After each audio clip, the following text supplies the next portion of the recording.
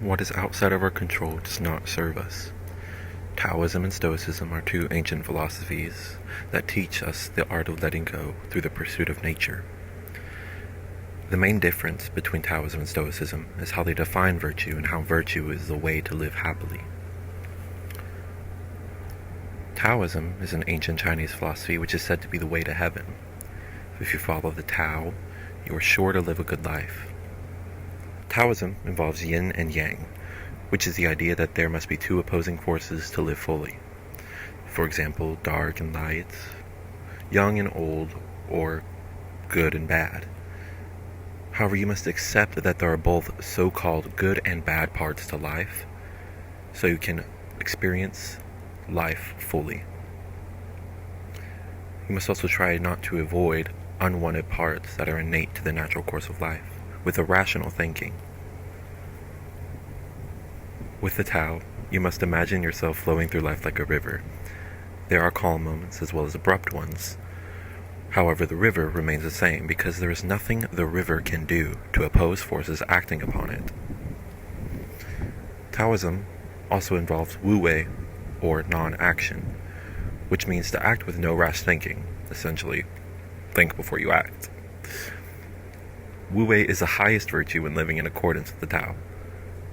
Leading a virtuous life is how one lives in harmony with nature. That is fundamentally understood by both philosophies. However, how each philosophy depicts a virtuous life is what makes them differ. Stoics believed in living a rational life. You live your life as you would normally with respect to your well-being. You will then adopt reason.